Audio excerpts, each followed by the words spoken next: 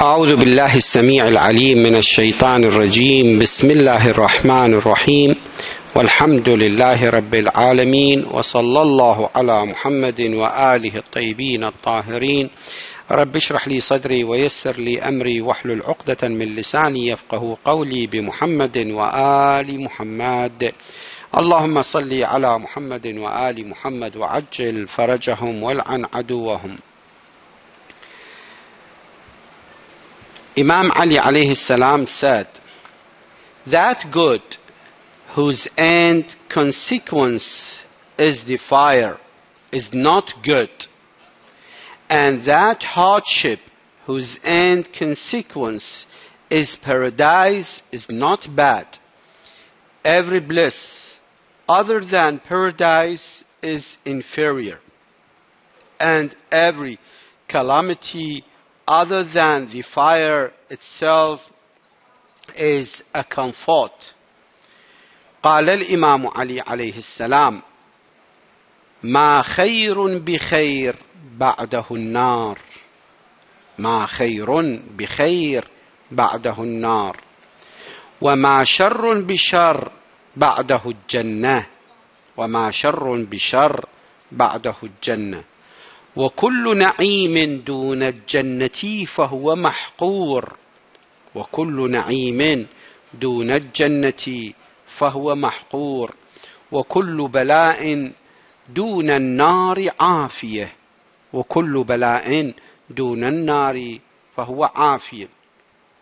إمام علي بهذا الكلام انه بعض الاحيان احنا نشوف بهاي الدنيا خير نعتبره خير، مثل القعده الزينه، السياره الزينه، الامان، الونسه، الموبايل المفتوح، انترنت مفتوح، تمام، الزوجه، الاولاد، القصر، الرصيد بالماء.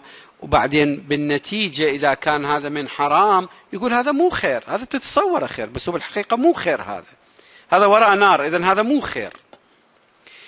بينما أمر آخر أنه إذا كان تشوف أكو تعب بعملك، من تعمل تقعد كذا ساعة بمكان العمل وتبقى عليه وتأدي اللي عليك وتعود نفسك عليه وتشوف تعب وتعتبر أذية، لكن هذه طلعك من النار يخليك وين؟ بالجنة. هذا التعب مو تعب، هذا التعب خير، لأنه آخرة شنو؟ آخرة جنة، آخرة جنة.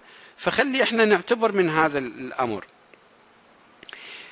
So all the hardship nowadays, we think it is a hardship, but actually it is not a hardship. Why? Because it will be in heaven at the end. For example, you're doing your job in a perfect way. Really it is hard, but as a result, it guides you to where? It guides you, or it leads you to the Jannah. Issue number 13, what we believe about the Prophethood.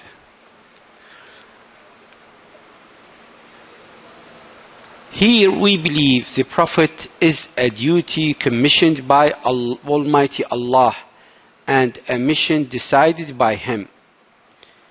So this prophethood, it does not belong to human beings, it does not belong to creatures, and prophethood, it's a mercy from Allah subhanahu wa ta'ala. Like some people, they said, we do not need prophets, we do not need messengers. Why? If we ask them, they said, what is the difference between me and the messenger and the prophet? He has a mind and I have a mind. Both of us, we have what? We have mind, and intellect is equal in each one of you. I agree from one side and disagree from the other side. I agree that both of us, we have what? We have intellect, but I disagree with this point that our intellect are not the same. Our intellect are not the same. Why they are not the same? Because their intellect is fully controlling their bodies, their emotions, their whims, all their activities is controlled by what? By their intellect. While our acts are not controlled completely by our intellect. Most of our acts are guided by what? By whims, by our whims, are guided by our needs, not by our intellect. This is the difference, and this difference is really make a big separation between us and them. Okay, anyhow, that this commission is by Allah subhanahu wa ta'ala. This commission is by Allah subhanahu wa ta'ala, and this duty is commissioned by Allah subhanahu wa ta'ala.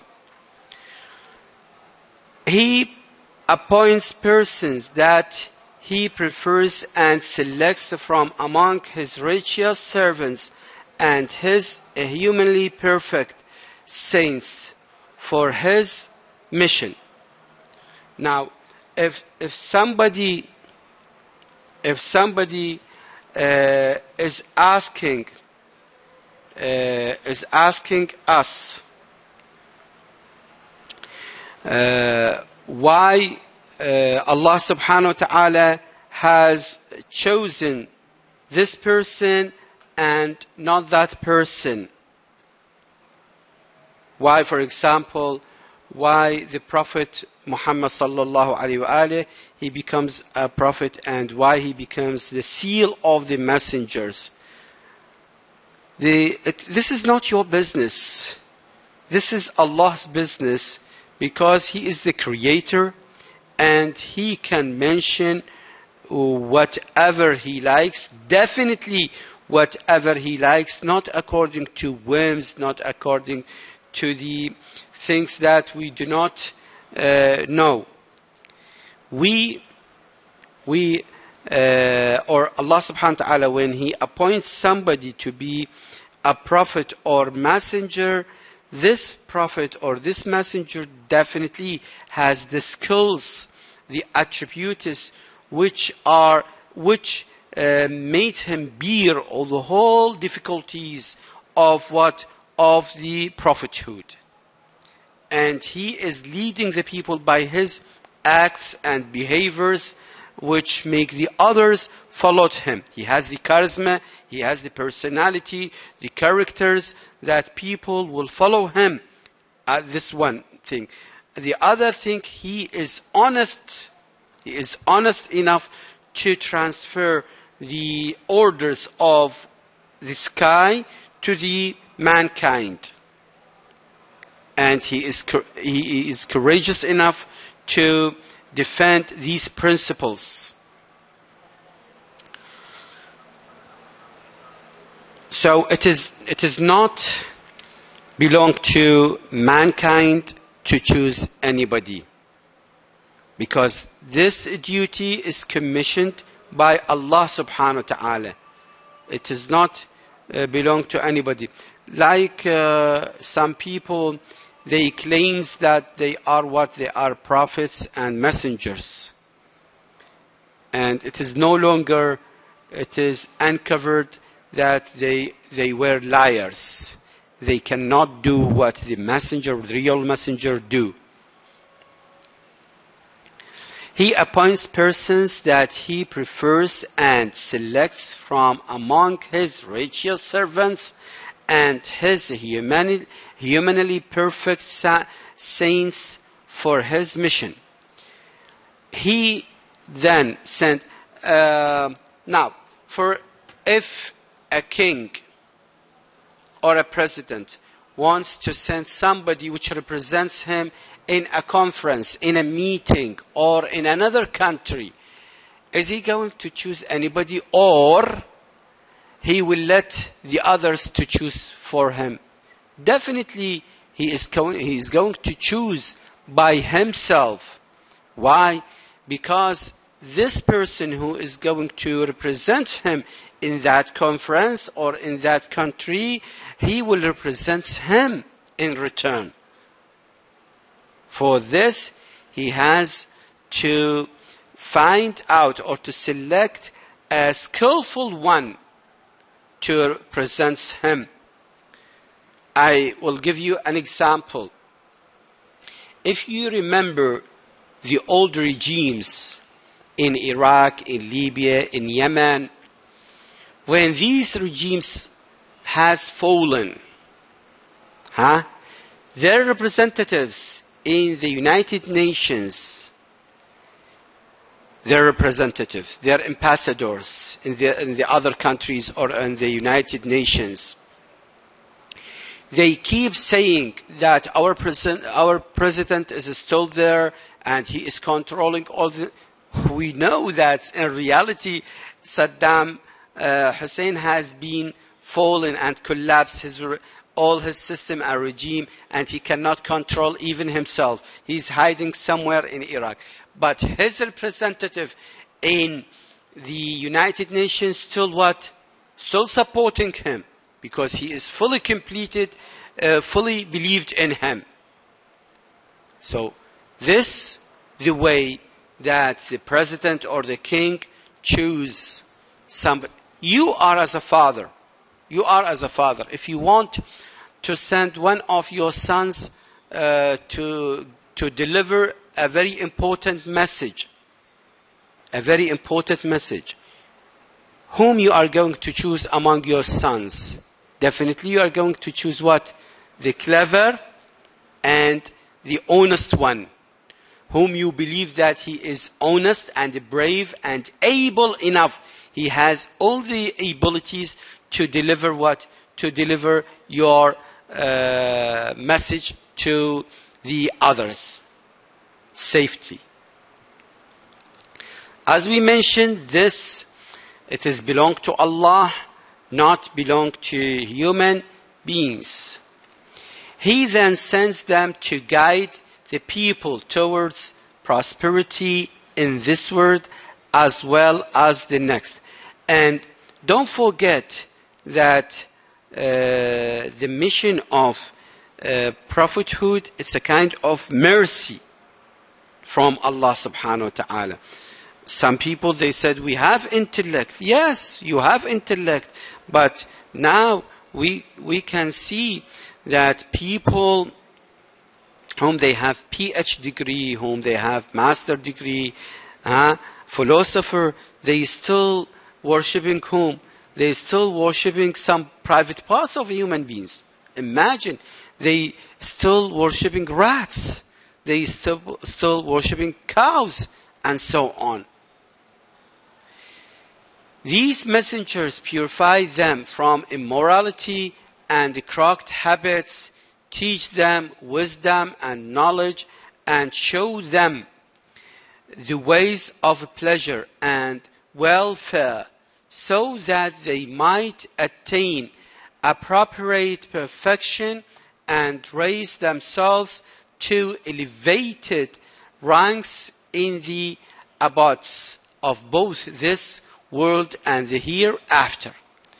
We believe, as Shia people, Ithna Ashariya, we believe that the rule of grace, which will be explained later on, necessitates that the Creator, who is gracious to His servants, sends His messengers to guide people to the right path, undertake the reformative mission, and act as the Lord's representatives and vicegerents.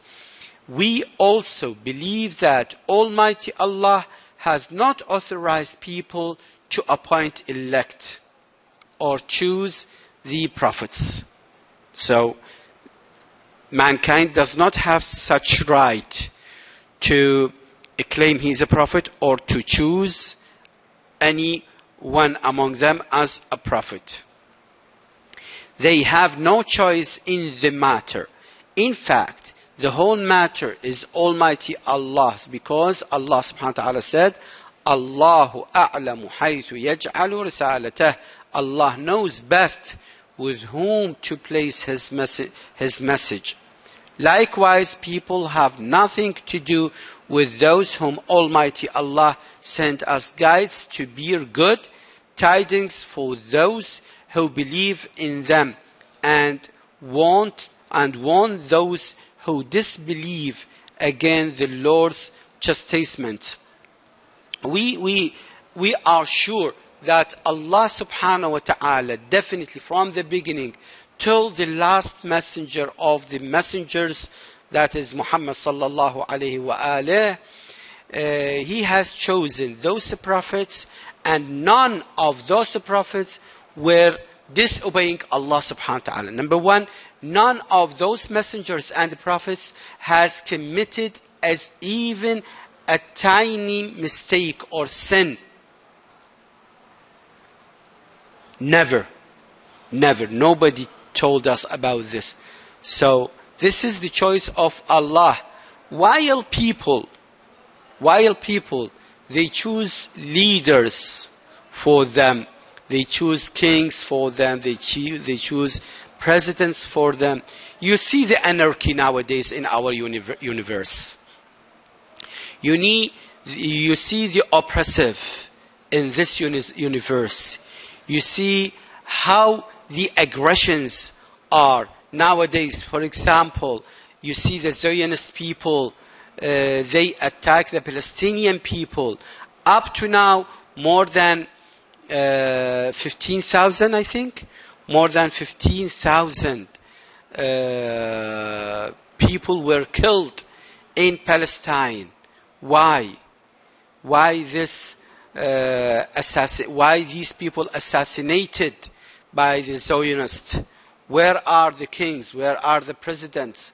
Why, if they are so just, if they their hukum or their ruling are unjust, why they don't care about the Palestinian people? Why nobody is helping them? You see, this is the choice of mankind. While the choice of Allah subhanahu wa ta'ala, when, for example, the Prophet Muhammad sallallahu alayhi wa alayhi was ruling, and the Islamic country, nothing happened like this. Ameer al-Mu'mineen Ali ibn Abi Talib, when he was ruling, nothing happened. No incidents happens like this. If you will say, yes, how about Ma'rakat Siffin and Ma'rakat al-Jamal?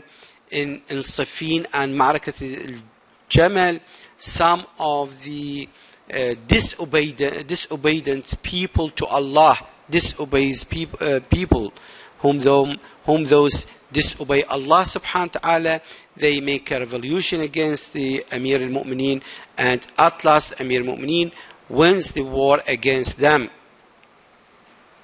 So this is the big difference between the choice of Allah and the choice of man or his creatures. They also have nothing to do with the laws, regulation, and rules that are conveyed by these messengers. And nowadays, look, they make laws, al-ahkam al-wad'iyya. Are these laws not contradicted? For example, they said that the women have the same right as men in inheritance fil earth.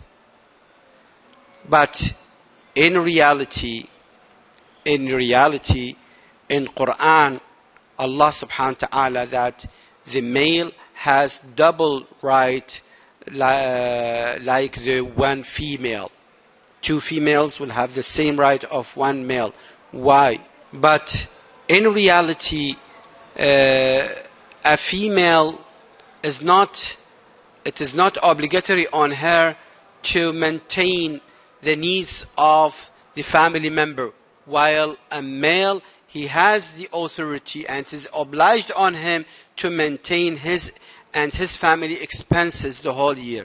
You see the difference why Allah subhanahu wa ta'ala make this inheritance for the male double than the female. This is one of the difference between the Islamic laws, codes, and the laws of human beings. And nowadays we can see how the communities are corrupted when they gave the female the same rights as the male, and when they get out, you see the morals of people nowadays, not like before. The female nowadays are not behaving as well as before, or according to the Islamic, like Fatima al-Zahra, she said when she covered herself from a blind man came to visit them in their house, and her father asked her, he is a blind man, she said, but it is good for a woman not to see a man. It is good for a woman not to see a man. And we can see nowadays that the women whom they get out and see men, they work with men, they have too many problems, not like the one who is separated in her school by only females, in her work by only females, and house. She is completely different from those female whom they are mixed in their workplaces, in their school places with males. That's all for today. Walhamdulillahi Rabbil Alameen. Wa sallallahu ala Muhammadin wa alihi at-tayyibin at-tahirin. Allahumma salli ala Muhammad wa ali Muhammad wa ajjal farajahum wal an aduwa.